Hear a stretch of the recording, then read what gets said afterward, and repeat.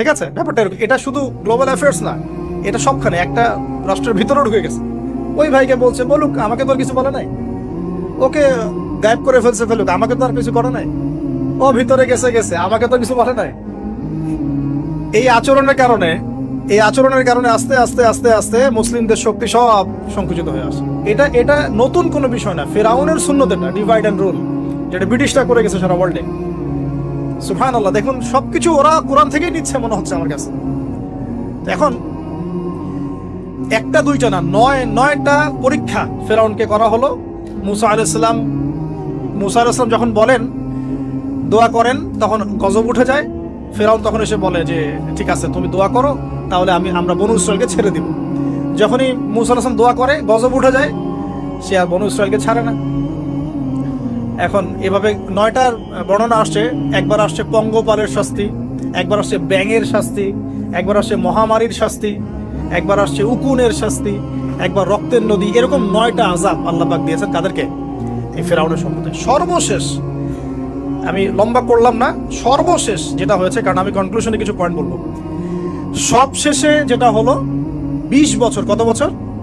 প্রায় 20 বছর জুলুম করলো ফিরআউন দাওয়াত পাওয়ার পরে। প্রায় 20 বছর। দাওয়াত পাওয়ার আগের কথা তো বাদ, ইসলামের দাওয়াত পাওয়ার প্রায় 20টা বছর সে বনু ইসরাইলকে এভাবেই টর্চার করতে থাকলো। 9টা নিদর্শন আসলো, কোনোটাই সে গ্রহণ করলো না। এবং সর্বশেষ তার কল ছিল যে আমি ছাড়া তোমাদের কোনো রব আছে এটা আমি জানি না, নাউজুবিল্লাহ। এবং সূরা নাবার মধ্যে আল্লাহ বলেছেন যে ফিরআউন বলেছিল আনা রব্বুকুমুল আ'লা, আমি তোমাদের মহান রব, নাউজুবিল্লাহ। এই ছিল ফিরআউনের শেষ স্টেটমেন্ট। এবার মুসা আলাইহিস সালাম বনু ইসরাইলকে নিয়ে চলে যাচ্ছেন মিশর থেকে। ফিরআউন দলবলে ধাওয়া করছে, সামনে সাগর আর পিছনে ফিরআউনের বাহিনী।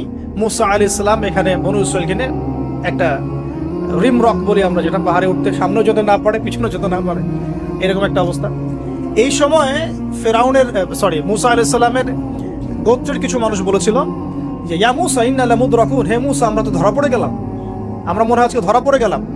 এই অবস্থাতে মুসা আলাইহিস সালাম বলেছিলেন, একটু বোঝার চেষ্টা করেন, পিছনে ফিরআউনের বিশাল বাহিনী, সামনে সমুদ্র, যাওয়ার কোনো জায়গা নাই, একদম কোনো জায়গা নেই, খালি চোখে কোনো জায়গা দেখা যাচ্ছে না। ওই সময় খালি চোখে, বাহ্যিক চোখ দিয়ে কোনো উপায় দেখা যাচ্ছে না। বাহ্যিক চোখে ওই সময় কোনো উপায় দেখা যাচ্ছে না নিষ্কৃতির, নাজাতের। ঠিক এখন সারা ওয়ার্ল্ডে বাহ্যিক চোখে মুসলিমদের নাজাতের কোনো পথ দেখা যাচ্ছে না। বাহ্যিক চোখ দিয়ে কি করবে মুসলিমরা? খালি পড়াশোনা করবে, না কমিউনিটি করবে, না জিহাদ করবে, নাকি তাগুতের এগেনস্টে লড়বে? কি করবে মুসলিমরা? নাকি সারাদিন বসে বসে মসজিদে তাসবিহ টিপবে, নামাজি পড়বে? কি করবে মুসলিমরা? বাহ্যিক চোখ দিয়ে এখানেও কোনো ফয়সালা দেখা যাচ্ছে না। তখন আল্লাহ রাব্বুল আলামিন মুসা আলাইহিস সালামকে একটা পরীক্ষাও নিলেন। একজন বলছে ইন্না লামুদরাকুন, আমরা ধরা পড়ে গিয়েছে। মুসা আলাইহিস সালাম তখন বলছেন দৃঢ় চিত্তে, কাল্লা কাল্লা, কখনো না, ইন্না রব্বি মাইয়া সায়াহদিন, নিশ্চয়ই আমার রব আমার সাথে আছেন, তিনি আমাকে পথ দেখাবেন। সুবহানাল্লাহ। তাহলে আজকেও মুসলিমদের সারা ওয়ার্ল্ড ওয়াইড এই চেতনাই থাকা উচিত যে কাল্লা, কখনো না, আল্লাহ ইন্না রব্বুনা মা'ানা, নিশ্চয়ই আমাদের রব আমাদের সাথে আছেন, তিনি আমাদেরকে পথ দেখাবেন ইনশাআল্লাহ। এই পথই আমরা চাই, ইহদিনাস সিরাতাল মুস্তাকিম, তাই না? সিরাতাল লাযিনা আন'আমতা আলাইহিম গায়রিল মাগদুবি আলাইহিম ওয়ালাদ দালিন। এই বাস, যখন আপনি পুরো দমে আল্লাহর উপর তাওয়াক্কুল করে ফেলবেন, তখনই তো আল্লাহ রাব্বুল আলামিনের নুসরা নেমে আসবে। বদরের মাঠে নবী সাল্লাল্লাহু আলাইহি ওয়াসাল্লাম হাত তুলে দোয়া করছে, আল্লাহ এই 313 জন মুসলিম যদি আজকে শেষ হয়ে যায়, ইসলামের নাম নেওয়ার কেউ থাকবে না। দোয়া করতে করতে চাদরটা পর্যন্ত পড়ে গেল। আবু বকর সিদ্দিক দৌড়ে এসে চাদর উঠায় দিলেন, দিয়ে কান্না জড়িত কণ্ঠে বলছেন, হাসবুকা ইয়া রাসূলুল্লাহ, যথেষ্ট হয়েছে আল্লাহ রাসূল, যথেষ্ট হয়েছে, আর দোয়া করার দরকার নেই, ইনশাআল্লাহ আল্লাহ সাহায্য নেমে আসবে। আল্লাহ পাকের সাহায্য নেমে আসলো, হাজার হাজার ফেরেশতা আল্লাহ নামিয়ে দিলেন বদরের মাঠে। আপনি দেখুন যে সুবহানাল্লাহ, নবী সাল্লাল্লাহু আলাইহি ওয়াসাল্লাম হিজরত করছেন আবু বকর সিদ্দিককে সাথে নিয়ে, মনে আছে গারে সাওরের ঘটনা, সবাই ঘিরে ফেলেছে, এমনকি নিচ থেকে উপর ওদের পা দেখা যাচ্ছে। আবু বকর সিদ্দিক বলছেন যে ইন্না মুদরাকুন, আমরা ধরা পড়ে গেলাম ইয়া রাসূলুল্লাহ। একই কথা কিন্তু নবী সাল্লাল্লাহু আলাইহি ওয়াসাল্লাম সেই একই কথাই বলছিলেন, লা তাহজান, তুমি দুশ্চিন্তা করো না, ইন্নাল্লাহা মা'ানা, আল্লাহ আমাদের সাথে আছেন, ইনশাআল্লাহ আল্লাহ আমাদের সাথে আছেন। তবে কাদের সাথে আল্লাহ থাকবেন? যারা নামাজ পড়ে না,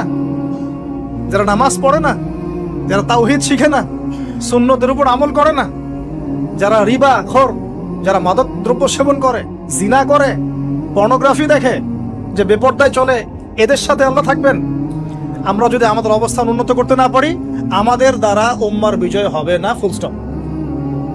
আমরা যদি আমাদের অবস্থান উন্নত করতে না পারি, মানে এই যুগের আবু বকর, ওমর, ওসমান, আলী হতে না পারি, আমাদের দ্বারা বিজয় হবে না। আপনি যত টাকা ঢালেন না কেন, যত বড় সংগঠন করেন না কেন, যত পলিটিক্যাল অ্যাফেয়ার্স ডিল করেন না কেন, যতক্ষণ এ যুগের আবু বকর, ওমর, ওসমান, আলী আমরা হতে না পারছি, আমাদের হাতে বিজয় আসবে না। প্রথম কাজটা এখানে ভাই, প্রিয় ভাইয়েরা, রাগ করছে নাকি কথায়? আমাদের প্রথম কাজটা এখানে। ফ্যান্টাসির কোনো মূল্য নাই এখন। Eyewash, showdown, show off, fantasy, online, Facebook, কিচ্ছু নাই। বিশ্বাস করে গেলে কিচ্ছু হবে না এগুলো দিয়ে। কনস্ট্রাকটিভ কাজ না থাকলে, ঈমান, আমল, তাওহীদ, সুন্নাহ, সেরকম জজবা, সেরকম ইউনিটি, আল্লাহর পথে মাল খরচের প্রেরণা, মুসলিমদেরকে সহযোগিতা করার বড় মানসিকতা, একটা ব্রড মাইন্ডেড চিন্তা ভাবনা, এগুলো না থাকলে কোনো সম্ভব। এখানে সাহায্য নেমে আসছিল না? ওই গারে শহরে কি তারা ধরা পড়েছিলেন? লা তাহজান ইন্নাল্লাহা মা'ানা, ভয় পেও না, আল্লাহ আমাদের সাথে আছেন। আল্লাহ কি সাথে ছিলেন না? ঠিক একই কথা মূসা আলাইহিস সালাম বলছেন, কাল্লা, কখনো না, ইন্না রাব্বি মা'ইয়া সায়াহদিন, আমার রব আমার সাথে আছেন, তিনি আমাকে পথ দেখাবেন ইনশাআল্লাহ।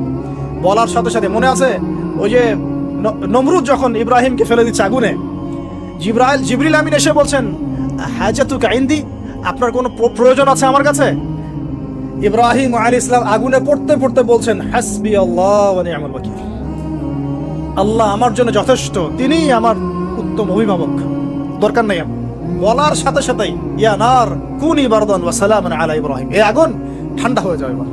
আমার বান্দা আমাকে ডেকেছে, তার কোনো পথ নাই চোখের সামনে খোলা, এখন আমার বান্দা আমাকে ডেকেছে, আমার উপর ফরজিয়াত আমার বান্দাকে এখন সাহায্য করা, এটা আমার হক, আমার বান্দাকে সাহায্য করা। ওয়া কানা হাক্কান আলাইনা নুনজিল মুমিনিন, আমার হক হচ্ছে, আল্লাহ বলছেন আমার হক মুমিন বান্দাদেরকে নাজাত দেওয়াটা আমার হক। সুবহানাল্লাহ। তাহলে ওই যে সাহায্য এসেছে ওই নমরুদের ওখানে আগুন পরীক্ষায়, একই সাহায্য আসছে গারের শহরে, বদরের মাঠে, উহুদে, খায়বারে, খন্দকে, এই সাহায্য নেমে আসতো মুসা আলাইহিস সালামের কাছে। কি সাহায্য? লাঠি ছুঁড়ে মারো, 12টা, একটা দুইটা 12টা রাস্তা হয়েছে, সাগর ভাগ হয়েছে। এটা কি আসলেই পসিবল? এখনকার সায়েন্সকে এটাকে পেনিট্রেট করতে পারবে? আমরা তো সায়েন্সকে ইলাহ বানিয়ে নিয়েছি। ও যখন কিছু বলে হ্যাঁ, আমরা বলি হ্যাঁ, ও বলে না, আমরা বলি না। বিশ্বাস করেন? ও যখন সায়েন্স যখন কোনো কিছুকে বলে হ্যাঁ এটা ঠিক, আমরা বলি ঠিক ঠিক ঠিক।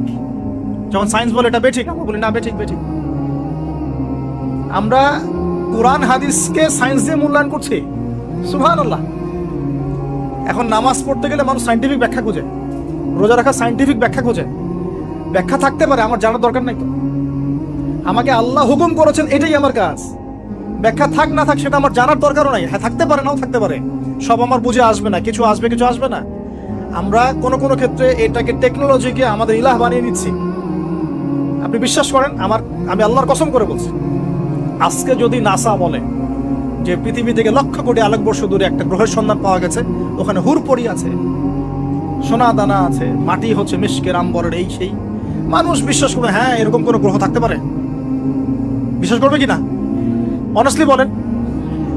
আল্লাহ পাক কোরআনে 1400 বছর আগে বলেছেন, তার আগের ধর্মগ্রন্থেও বলেছেন জান্নাত আল্লাহ সৃষ্টি করেছেন। মানুষ বিশ্বাস করে না। নাস্তিকরা বলে, টিটকারি মারে নাস্তিকরা, মৌলবাদীরা, মোল্লারা কি বলে, এই যুগে এগুলো বিশ্বাস করে মানুষ? নাউজুবিল্লাহ। নাসা যদি বলে বহু দূরে একটা গ্রহ আছে, বিশাল বড়, ওখানে একটা পাথর ফেললে নিচে যেতে 70,000 বছর সময় লাগবে, মানুষ বলে হ্যাঁ এমন কোনো গ্রহ থাকতে পারে? নাম দিয়ে দিবে একটা, XYZ dot dot dot dot দিল একটা কিছু, এরকম নাম হয় না, KLR এর কিছু নাম দিয়ে দিল একটা। তো আল্লাহ পাক জাহান্নামের কথা বলছেন, মানুষ বিশ্বাস করে না। তো প্রিয় ভাইরা, এই জায়গায় সায়েন্স ব্যাখ্যা করতে পারবে না। 12টা রাস্তা হয়ে গেছে, 12টা গোত্র পার হয়ে গেল।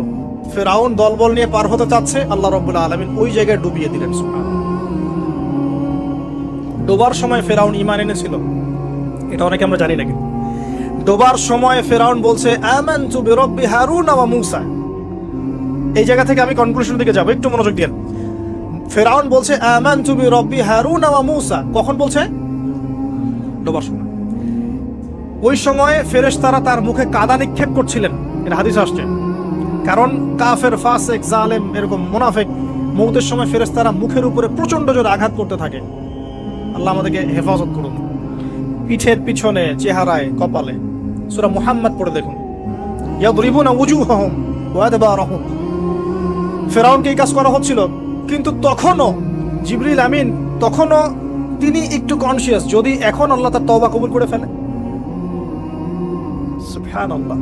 তাহলে আমরা কেন তওবা করতে দেরি করছি? আজকে থেকে জীবনটাকে ঢেলে সাজাবো ইনশাআল্লাহ। আল্লাহ তৌফিক দান করুন। নিজের জীবন, নিজের ছেলে মেয়েদের জীবন, নিজের পরিবারের জীবন, আমাদের সমাজের জীবন, এবং বড় স্বপ্ন দেখবো, আল্লাহর জমিনে দিন কায়েম করব, তারপর মরবো ইনশাআল্লাহ। আল্লাহ কবুল করুন, আমিন। এবার আসুন ভাই, আল্লাহ পাক তওবা কবুল করলেন না। আল্লাহ পাক বললেন আল আন, এখন, আল আন, এখন, আল আন, এখন, লাকাদ আসাইতা মিন ক্বাবল, এর পূর্বে তুমি তো সারা জীবন আমার অবাধ্যতা করে গিয়েছো। আজকে কি করব শোনো, আল ইয়াউমা নুনাজ্জিকা বিবাদানিক, আজকে তো আমি তোমাকে ক্ষমা করছি না, বরং আজকে থেকে আমি তোমার এই যে বডি, তোমার দেহ বাদান, এটাকে প্রিজার্ভ করব, সংরক্ষণ করব। কেন সংরক্ষণ করব? এই বডিটা কোথায় আছে ভাই এখন? ফ্রান্সে না মিশরে? আচ্ছা, এখন মিশরে না? আচ্ছা, আমি মাঝখানে শুনেছিলাম এটা রিসার্চের জন্য মনে হয় ফ্রান্সে নেওয়া হচ্ছে, মেবি। আমি ভাবছিলাম, পারিবারিক মিটিংয়ে বলছিলাম যে এই সভ্যতাটা একদিন ধ্বংস হয়ে যাবে, দেখে নিন। এই সিভিলাইজেশনটা একদিন ধ্বংস হয়ে যাবে, দেখে নিন।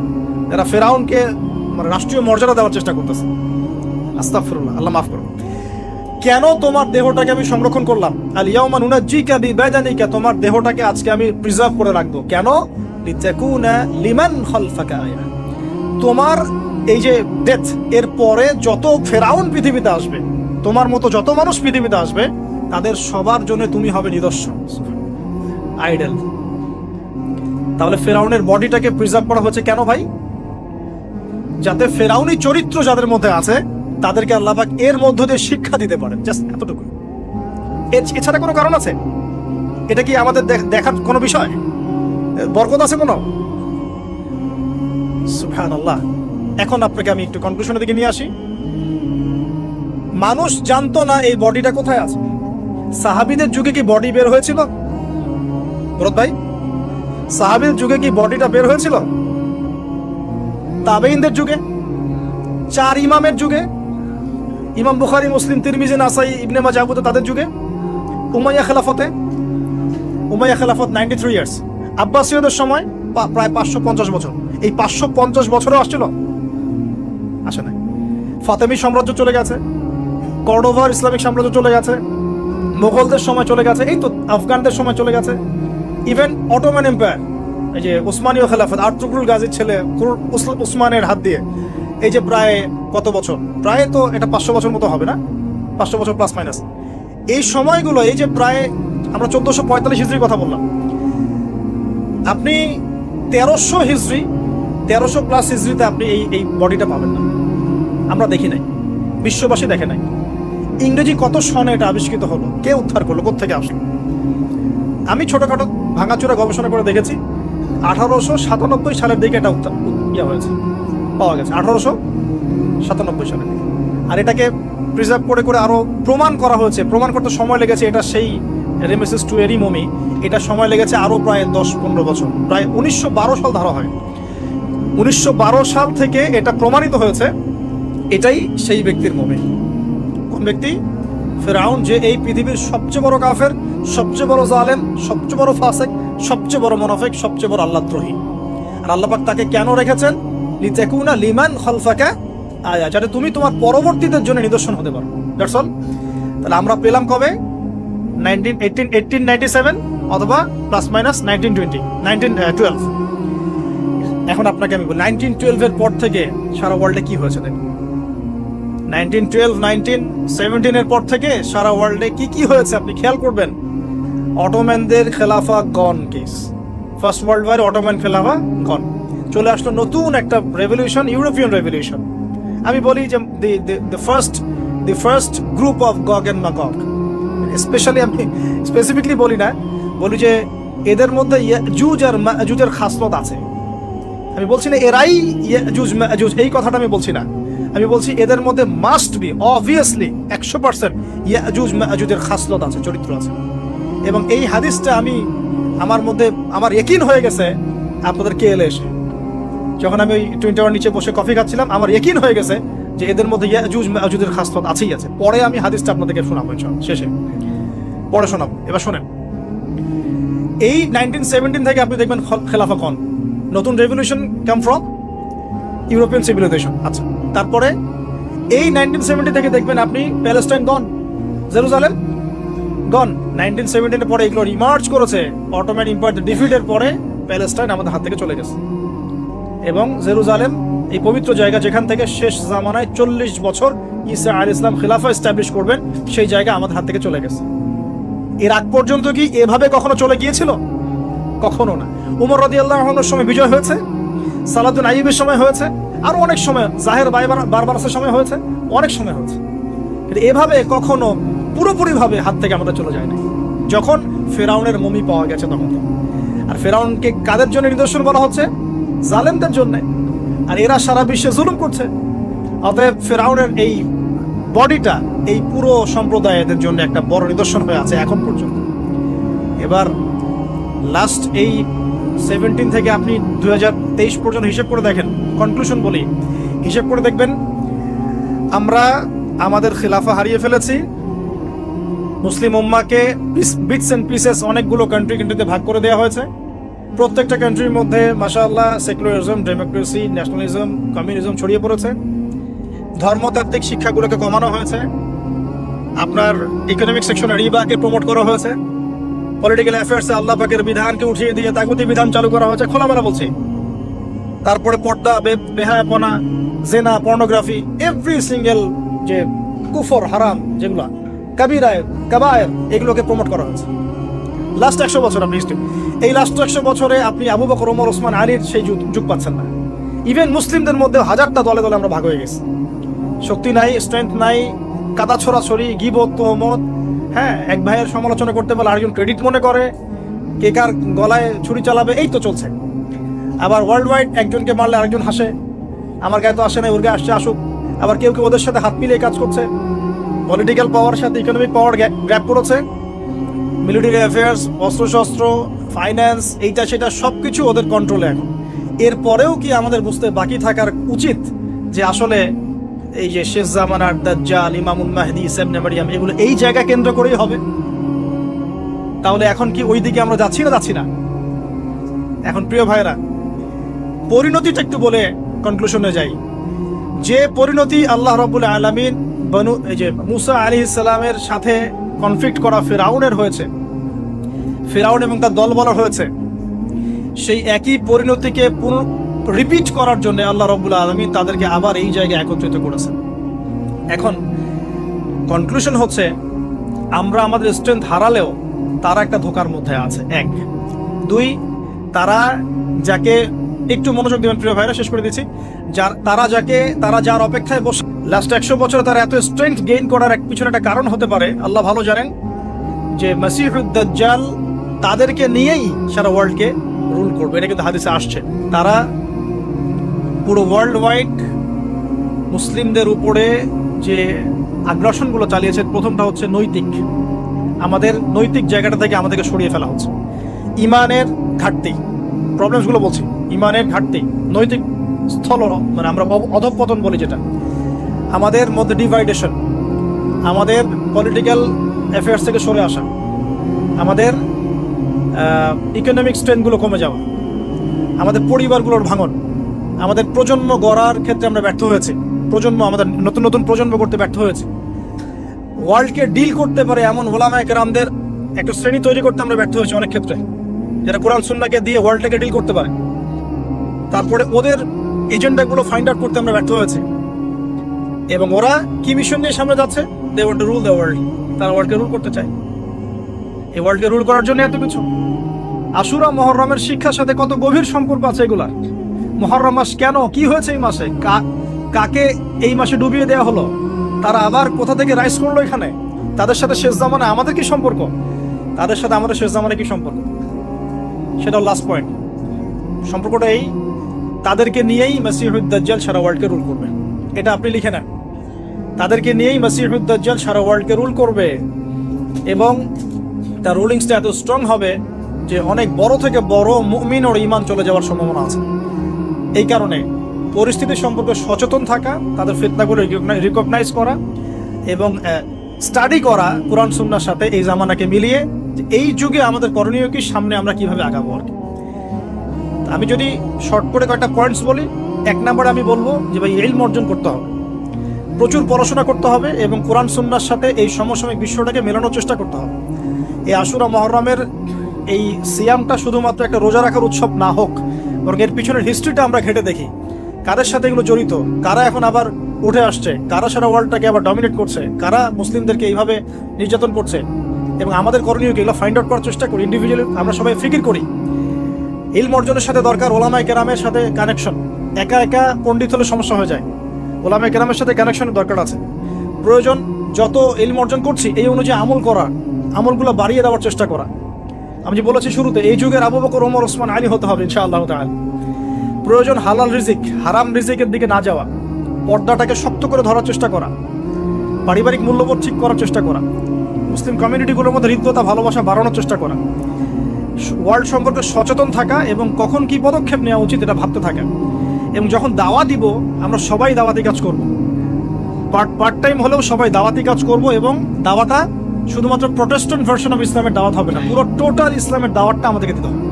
ইসলামের তাওহীদ থাকবে, সুন্নত থাকবে, শিরিক বিদআত সব থাকবে, আপনাকে তাগুত কুফরও বুঝতে হবে, আপনাকে জিহাদ ইকামতে দিনও বুঝতে হবে, পুরো বিষয়গুলোই থাকবে দাওয়াতের অংশ ইনশাআল্লাহ। এরপরে আমাদের যদি প্রজন্ম আমরা তৈরি করতে পারি, নিজেরা সচেতন হতে পারি, ইয়াং জেনারেশনকে বোঝাতে পারি, ইনশাআল্লাহ তখন আশুরার এই স্মৃতিগুলো সার্থক হবে ইনশাআল্লাহ। আল্লাহ রাব্বুল আলামিন আমাদের সবাইকে পুরো চলমান এই বিশ্বের এই জায়নিস্টদের ফিতনাগুলো সম্পর্কে সচেতন রাখুন। আমি খুব গড় করে খেয়াল করে দেখবেন, সারা ওয়ার্ল্ডের যত মাদক, রিবা, পর্নোগ্রাফি, ব্যভিচার, ফ্রি মিক্সিং সব কিছুর কেন্দ্রবিন্দুর মধ্যে তারা আছে। এই জায়গাগুলো খুব ভালো করে ফাইন্ড আউট করবেন, আল্লাহ পাক আপনাদের চোখ খুলে দিন, আমিন।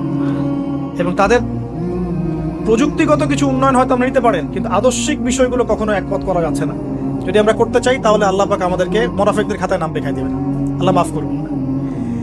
তো পরিস্থিতি সম্পর্কে সচেতন থাকা আমাদের প্রথম কর্তব্য, আল্লাহ পাক তৌফিক দান করুন। 2 নম্বর হচ্ছে বলেছি জ্ঞান অর্জন করা এবং বেশি বেশি আমল বাড়িয়ে দেওয়া, এই যুগের আবু বকর, ওমর হওয়ার চেষ্টা করা, আল্লাহ তৌফিক দান করুন। পাশাপাশি আমাদের পারিবারিক মূল্যবোধ ঠিক করা এবং সন্তানদেরকে মানুষ করে যাওয়ার চেষ্টা করা। আরও বলবো পর্দাটাকে স্ট্রংলি ধরা এবং ওদের যে ফিতনাগুলো, স্পেশালি বলছি মাদক, পর্নোগ্রাফি, জিনা, ফ্রি মিক্সিং, পরকিয়া, এই যে আপনার রিবা, সুদ, এগুলো থেকে 100 হাত দূরে থাকার চেষ্টা করা এবং ইউনাইটেডলি মুসলিমদেরকে ঐক্যবদ্ধ করার চেষ্টা করা, দাওয়াতের মেহনত বাড়িয়ে দেওয়া, মানুষকে পরিপূর্ণ ইসলামের দাওয়াতটা দেওয়া, শুধু আংশিক ইসলাম না, পরিপূর্ণ ইসলামের দাওয়াতটা দেয়া, সামনের সময়গুলোতে কি হবে এইটা মানুষকে বোঝানোর চেষ্টা করা এবং সেভাবে প্রিপারেশন নেওয়ার চেষ্টা করা। আল্লাহ পাক আমাদের সবাইকে তৌফিক দান করুন ইনশাআল্লাহ তাআলা। এই কালো মেঘ কেটে যাবে ইনশাআল্লাহ এবং এমন একটা প্রজন্ম আসবে ইনশাআল্লাহ যে প্রজন্মের হাতে আল্লাহ পাক নৈতিক, সামাজিক, রাজনৈতিক সব বিজয় দেবে ইনশাআল্লাহ। ইনশাআল্লাহ তাআলা সামনে তরুণদের উত্থান হবে, মুসলিমদের মধ্যে এমন একটা সম্প্রদায় আসবে যারা আল্লাহকে ভালোবাসে, তার রাসূলকে ভালোবাসে এবং আল্লাহ এবং তার রাসূলকে ভালো মহব্বতে তারা হক বলতে এবং হক প্রতিষ্ঠা করতে পিছুপা হবে না ইনশাআল্লাহ। এবং ইনশাআল্লাহু আযজা ওয়া জাল আমাদের ঘরে ঘরে ইব্রাহিমের মতো পিতা হবে, ইসমাইলের মতো সন্তান আসবে।